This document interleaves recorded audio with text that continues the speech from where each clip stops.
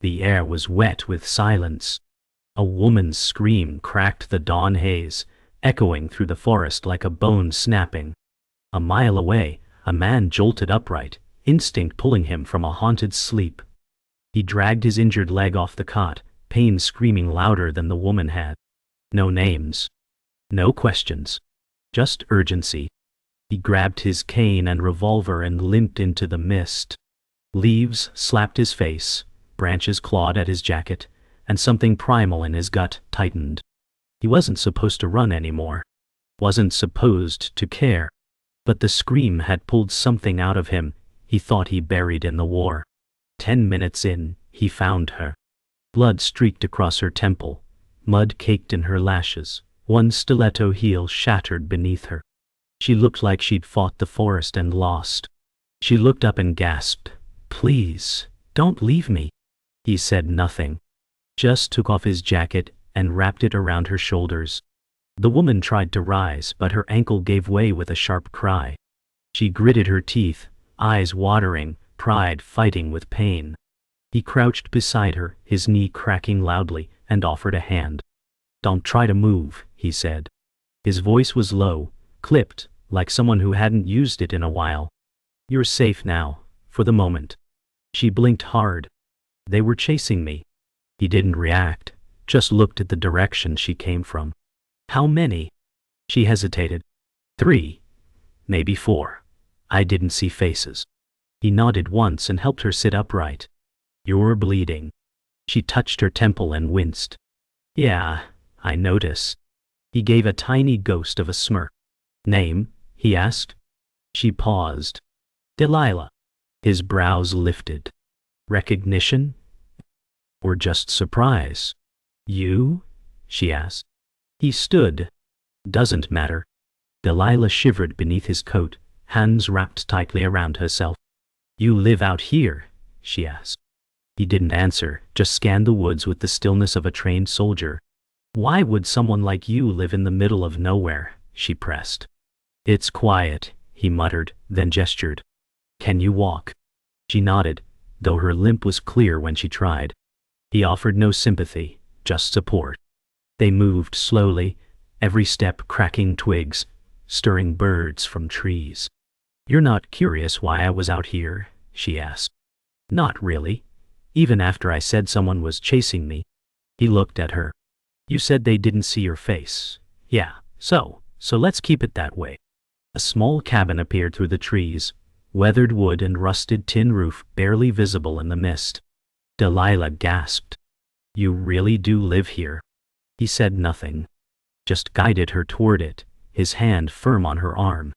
Inside, the air smelled of wood smoke and solitude. A single chair. A cot. A small stove. It looked untouched by time. "Charming," she said, in a haunted kind of way. He retrieved a metal first aid tin from under the cot and began cleaning her cut. She flinched. "Ow, you could warn someone. You could say thank you." She narrowed her eyes. "Thank you, mystery man." He didn't smile. "I used to have a name. Don't use it anymore." She sighed. "Well, thank you, no name, for saving me." As the sun climbed, Delilah fell asleep in his cot, breath steady, the coat still wrapped around her. The man sat by the door, revolver in his lap, eyes locked on the forest outside. His leg throbbed. His mind raced.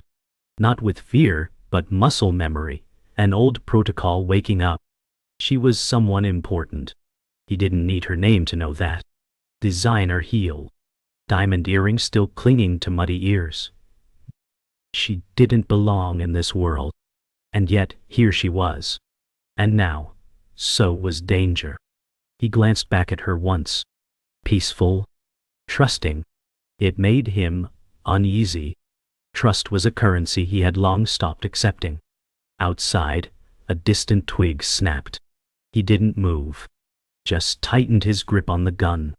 Delilah stirred with a quiet groan, sunlight slipping through the wooden slats and washing over her face. She blinked, disoriented, before the pain in her ankle brought everything back. The forest. The chase. The man. Ding, no, undown. She sat up slowly, spotting him outside through the cracked door, chopping wood with robotic precision. Shirt sleeves rolled up, his arm wrapped in faded tattoos, his expression unreadable. She limped out, bracing against the doorframe. "You're still here," she said. He didn't look up. "Didn't say I was going anywhere." She watched the axe fall again. "Thank you for not leaving me." He finally paused. "Wasn't for you, was for me? What's that supposed to mean?" He rested the axe and finally turned to her. "I don't leave people anymore, doesn't end well." Inside he laid out a map on the table, creased, smudged, annotated in tiny pencil lines. Delilah leaned over it, wincing as she adjusted her injured leg. "You've planned escape routes?" she asked, incredulous. "Multiple," he said. "This isn't the kind of place where you wait for help." She traced one line. "This leads straight to the highway." He nodded. 3 miles. Off trail. "Harder to track? You were military?" she asked. "Used to be." He pointed at a small red circle. "Here, that's our best bet." She studied him. "Why help me?" He looked up, finally holding her gaze. "Because someone didn't help me. I don't want to be that man again."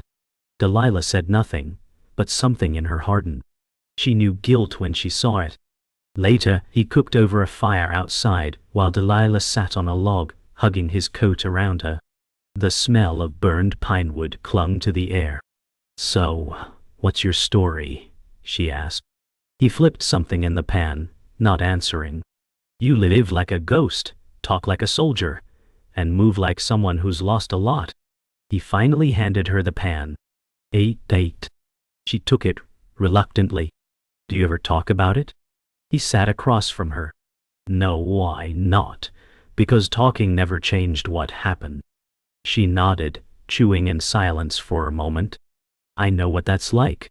He looked at her, eyes narrowing. "No, you don't." She met his stare evenly. "Try me."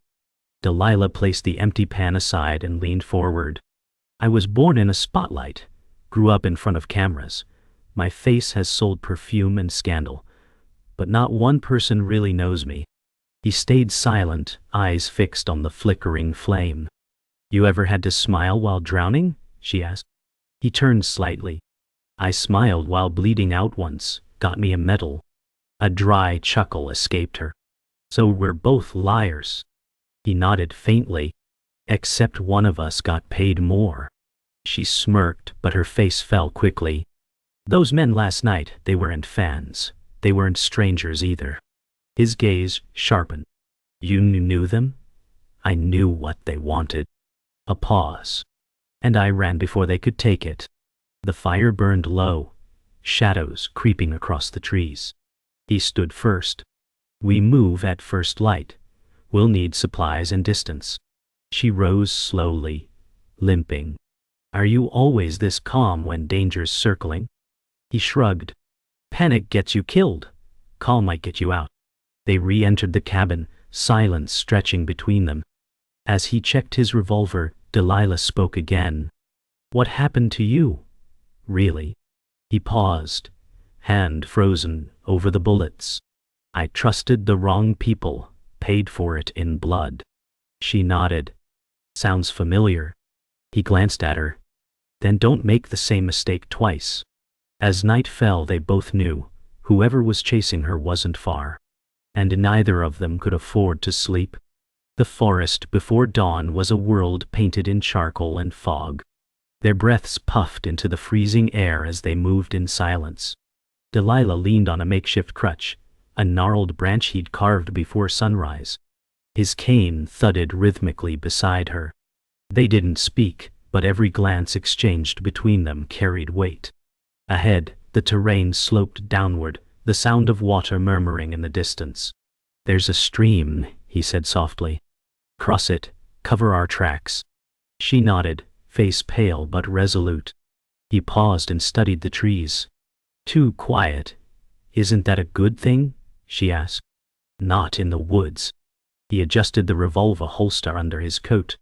If we're being hunted, we need to stop thinking like prey. They reached the stream, a narrow ribbon of fast-moving water.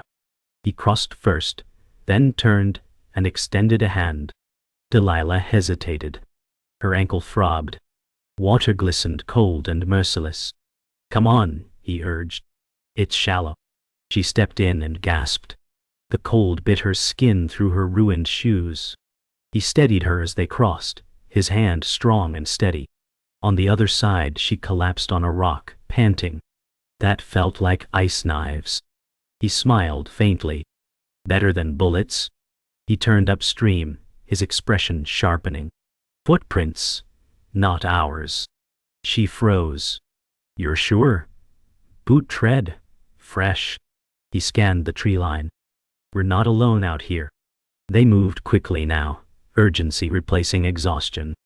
Delilah's limp worsened, but she pressed on. The man marked each tree with subtle scratches, a code had learned long ago: routes, warnings, reversals. "Who taught you this?" she asked. "Someone who didn't make it back." She fell silent. Suddenly, the forest erupted with movement. A bird screamed overhead, wings slashing the air. He pushed her to the ground, shielding her with his body. They waited, breathless. Then, nothing. Just wind. He helped her up. "They're close," he whispered. "Closer than we thought." Delilah looked around, panic creeping in. "How do we lose them?" He narrowed his eyes. "By going where they won't follow." They ducked into a ravine hidden beneath a canopy of drooping branches. Mud sucked at their shoes, and roots tangled beneath their feet. He pointed to a narrow tunnel, formed by a rockfall and mossy overgrowth. "In there," he said. Delilah stared. "Are you serious? They won't risk the crawl space, not if they think we're still running."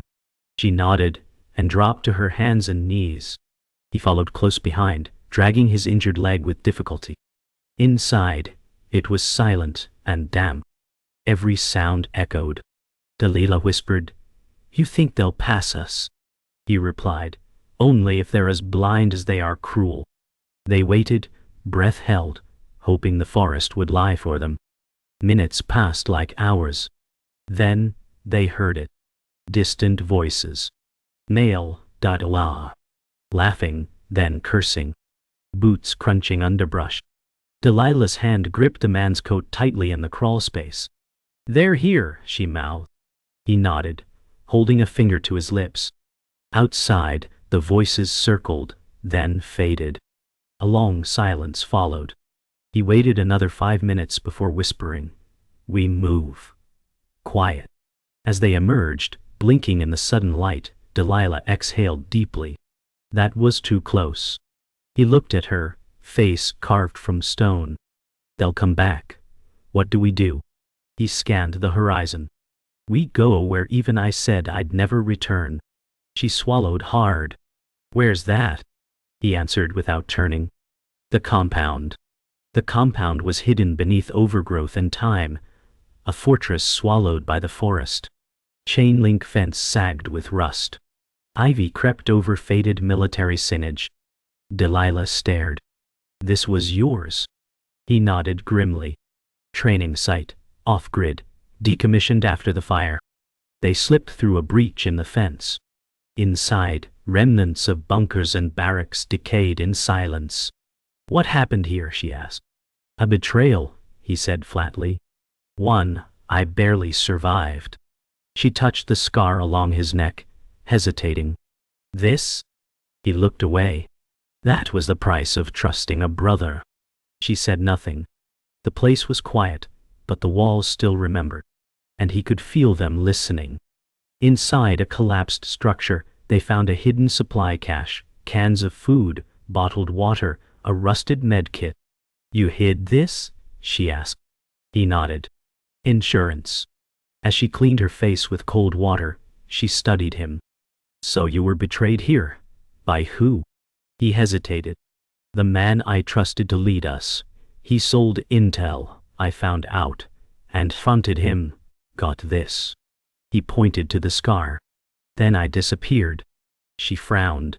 "Why disappear?" because command chose him. He looked her dead in the eyes. Truth didn't matter, image did. Delilah let out a bitter laugh. I know that story. For the first time, he almost smiled. The sky darkened as clouds rolled in. Rain started to fall, light at first, then heavier. The compound became a skeletal maze in the downpour. We can't stay here long, he said, peering through broken glass. Delilah huddled near a wall, drenched but steady. They're not far behind, are they? He shook his head.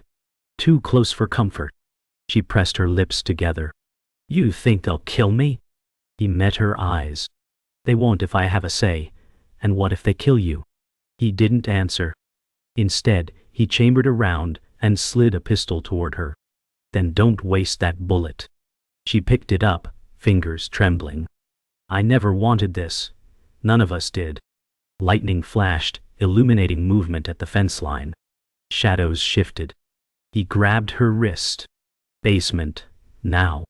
They ran, splashing through puddles, slipping into a rusted stairwell beneath the largest building. It reeked of mold and memory. Inside, a single hanging bulb flickered dimly from a backup generator. Delilah sat against the wall, breathing hard. I don't want to die in this place. He crouched beside her, revolver across his knees. You won't. How do you know? Because I've died once before, and I didn't stay dead. She looked at him, stunned. You were declared dead? In every way but literal? Paperwork said I burned. But I walked out. Changed. The backup light sputtered, casting shadows like ghosts across the walls. They'll find us, Delilah whispered. Not if we leave first. He stood, pulled a tarp from the corner, revealing a hidden trapdoor. Escape tunnel? She asked, stunned. Old evacuation route, used once, sealed it after. And it still works.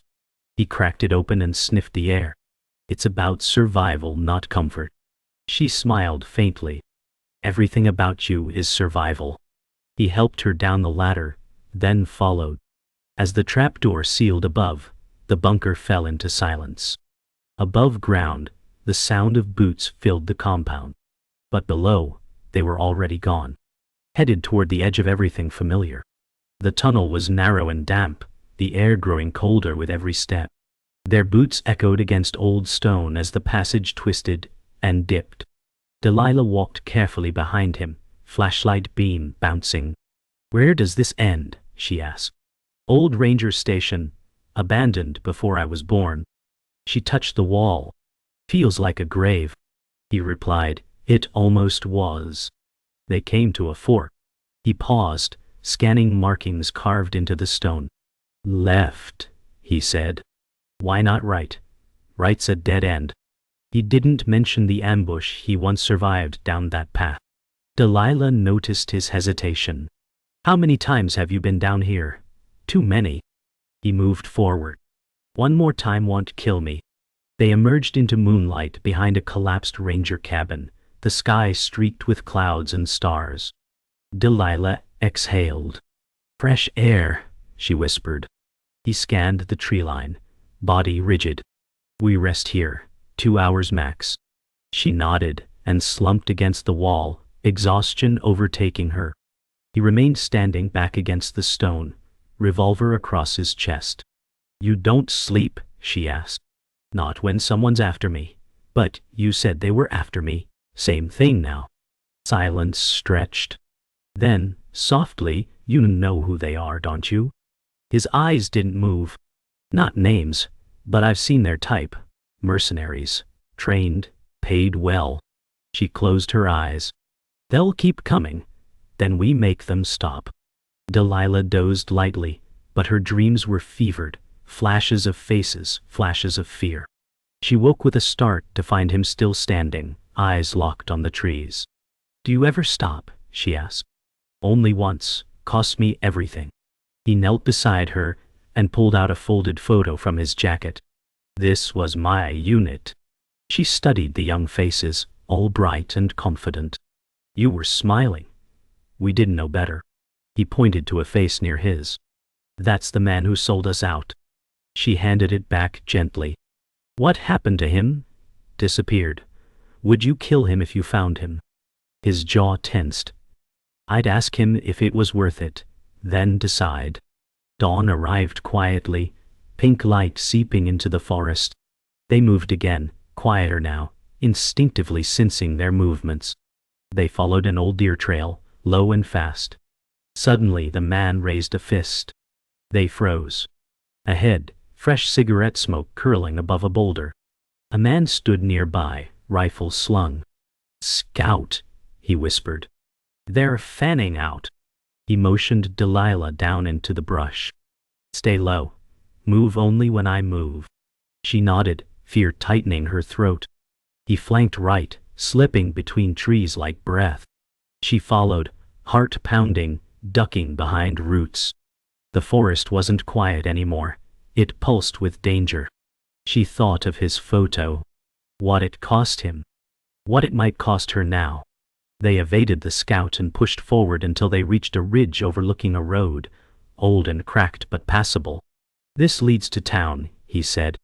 We can call someone? She asked, hopeful. No, phones bring them faster. We find transport, quiet. She looked down the road, hesitating. This ends soon, right, one way or another? They descended, staying in the tree line. Delilah stumbled once, and he caught her. You're stronger than you think, he said. She smiled faintly. We're just too scared to stop. Sometimes that's what keeps us alive. A vehicle's engine echoed faintly. He pulled her down. Get ready, he said. We're not alone. They watched the vehicle slow, a black SUV, engine idling like a predator. Two figures stepped out. Tactical gear. Earpieces. Not law enforcement. He pulled Delilah further into the shadows. Stay here. If I don't come back, head east. She grabbed his arm. No. He looked at her, really looked at her. You've got something to live for. I've already spent what I had. She shook her head. We both die, or both live. He sighed. Then don't slow me down. She nodded, jaw clenched. They circled through the underbrush, flanking the road. He watched the men. Too clean. They're not here to ask questions. He loaded his revolver. We take them fast, quiet. Delilah pulled the pistol from her coat. Let's end this. They struck fast. He came from behind, a silent shadow, taking one man down with brutal efficiency. Delilah hesitated, heart pounding, before stepping into the road. The second man saw her too late. She raised the pistol, hands shaking. Don't, she shouted. He turned, rifle half raised. One shot. Then silence. She stared, breath shallow. The man dropped, eyes wide with shock. He came running, checked the body, then looked at her. You okay? She nodded numbly. First time I killed someone. You did what you had to. She looked at the pistol in her hand. Then why do I feel like I lost? He didn't answer. There was nothing to say. They moved the bodies off the road and searched the SUV. Inside, a briefcase, encrypted radio, and a tablet. He cracked the case, revealing documents with photos. Delilah's face. Times. Locations. Surveillance reports. Her breath hitched. They were watching me for weeks. He scanned further. This goes deeper. Offshore accounts, contracts. His finger tapped a name. Gideon Vance. Her face paled. He owns my agency, my endorsements, my everything. He looked up. He sent them. Why? Because you stopped being useful, or worse, became a threat. She backed away, voice shaking. So I was never a person. Just an asset, that's what power does, until someone says no. Delilah sat on the hood, eyes fixed on the horizon. I'll send more, yes, he replied. But we're not running anymore. She turned to him. You have a plan? He nodded slowly. We give him what he fears, exposure. He handed her the tablet. We upload everything. We make it public. She hesitated. That'll ruin him. Good. She looked down. And me? That depends. You ready to stop being silent? She nodded, tears brimming. I am. He looked at her, something like pride in his eyes. Then we finish this. As the wind picked up, she whispered, I don't want to go back to being who I was. He replied, then don't become someone no one can control. They found a gas station with Wi-Fi just beyond the tree line. Dusty, forgotten. Inside, she connected the tablet, her fingers flying over the keys. He watched the doors, revolver hidden beneath his coat. It's uploading, she said. 3 minutes. The radio buzzed once. Then again. He tightened his grip. A car engine roared nearby. Tires screeched. Hey Will. Stay down, he said. The door burst open. 2 men stepped in. He fired first, quick, brutal. Delilah dove behind the counter. A bullet clipped her arm. She screamed but kept working. Dawn, she shouted. It's out. The final shot silenced the room. Smoke curled above the counter. She stood slowly. He leaned against the wall, bleeding. You did it, he rasped. She nodded, tears falling. We did. Rain came softly as they left the gas station behind. Delilah drove, knuckles white against the steering wheel, eyes raw from tears and blood loss. He sat beside her, silent, wrapped in bandages and his own thoughts. You should let me handle it, she whispered. No, he murmured, voice ragged. You were the only one who could finish it. The news on the radio buzzed in the background. Breaking. Leaked files implicate entertainment mogul Gideon Vance in organized criminal activity. She turned it down. Do you think it's enough? It's already started, he said, staring out the window. Now they'll eat themselves alive. She reached over, took his hand. I'm not letting you go down with me. He looked at her, tired but proud. You pulled me up first. They reached the outskirts of the city. As morning traffic stirred, Delilah pulled into a parking garage and cut the engine. We're? She said. Now what? He looked toward the skyline. Now you become the storm. She turned to him. You coming? He shook his head. You need to be seen. I need to stay invisible. She paused. You disappear again, don't you? I go where I'm needed. This chapter's yours now. She opened the glove box and pulled out a keyring. Multiple properties, vehicles, accounts. She pressed them into his hand. Then take this. You saved my life. This is yours. He tried to refuse, but she cut him off. Don't argue. Just don't vanish completely. He nodded once deeply. Delilah stepped onto the press stage alone. Dozens of cameras flashed. Reporters shouted her name. She stood tall, arm bandaged, eyes fierce. I have something to say, she began, voice steady. The crowd fell silent. What you've seen, what I've shared, is the truth. For too long I played a part. No more. She held up the tablet, its screen glowing with the files. I was hunted, silenced, but not anymore. Gasps echoed. Flashes exploded. She ended with one line. If they come for me again, they'll find I'm not alone. And somewhere in the shadows of the rooftop opposite, he watched her through binoculars. Unseen, unmoving, but ready. Always ready. Days passed. The world ignited. Vance's empire crumbled. Arrests swept through the industry, and Delilah became a symbol, not of fame but of courage. She moved carefully, always watching, always aware. But she smiled now. A real smile. In private, she kept a photograph, faded, crinkled, from his jacket. His unit. D'Atois. His legacy. She hadn't heard from him, but she didn't need to. She knew he was out there. And every locked door she walked through, every headline that screamed justice, she felt him there. Not as a ghost, but as the fire that kept her moving. She whispered once to the photo, I hope you found peace. And somewhere out there, he whispered back, I found purpose. An old truck rolled down a dusty road, far from any city. Inside, the man stared ahead, his cane resting beside him, radio tuned to static. He wasn't running anymore, he was hunting something else now. A cause.